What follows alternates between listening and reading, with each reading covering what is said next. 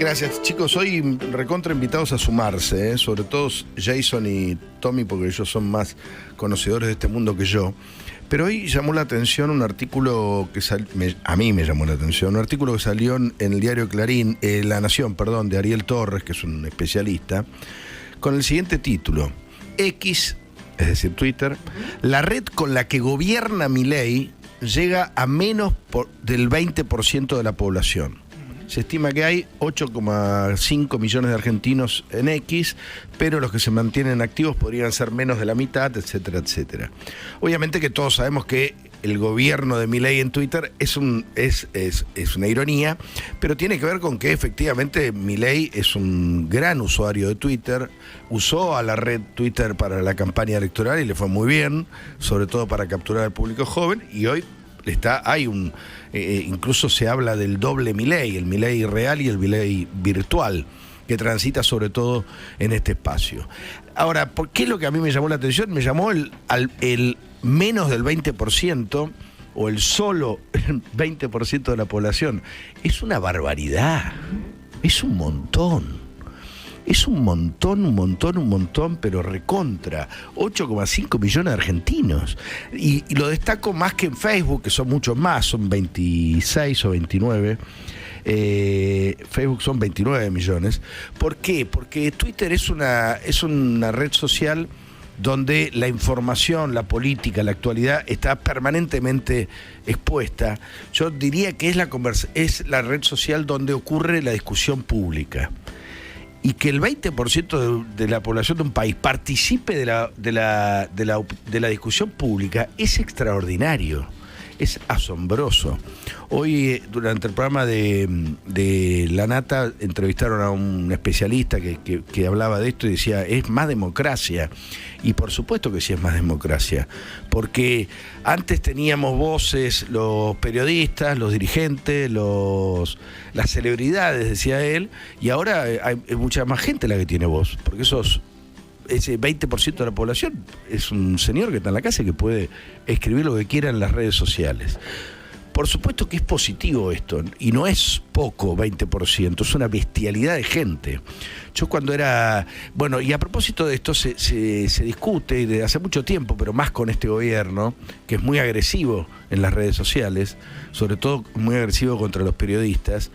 Hay como una discusión sobre quién es periodista, quién no es periodista, por qué la voz de un periodista vale lo mismo que la voz de un nombre falso en Twitter.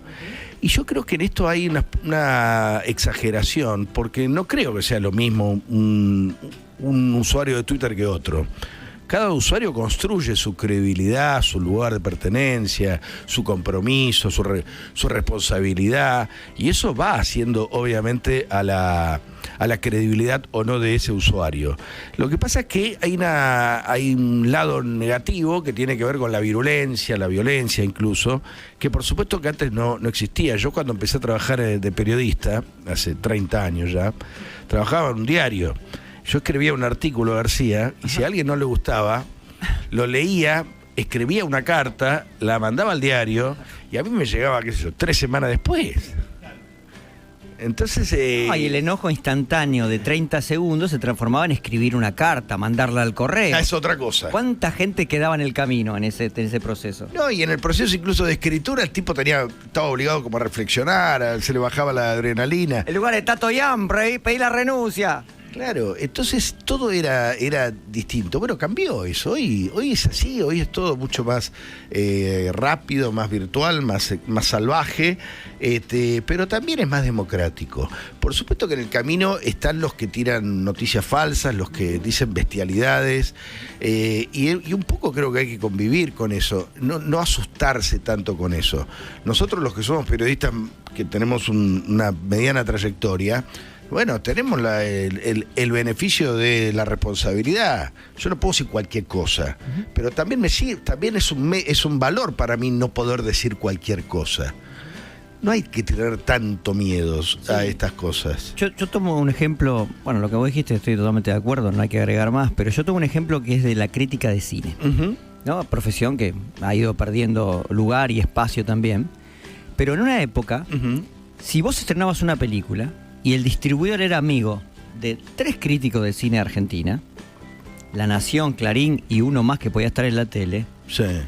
te defendían la película aunque fuera una abominación, y para cuando la gente se dio cuenta ya era lunes y había logrado pasar la media del primer fin de semana. Y estaban con 3 personas blindabas una película. Claro. Ahora, con el tiempo, por supuesto, a medida que aparecieron otros medios, se fue complejizando. Ahora, si un crítico de cine alevosamente defiende una película indefendible, en 30 segundos la gente, el ciudadano común empezó a hablar. Por supuesto que a veces no han estudiado, sus opiniones pueden ser totalmente equivocadas, pueden ser falsas, puede ser lo que vos quieras, pero hay una diversidad que evita que vos tengas ese blindaje.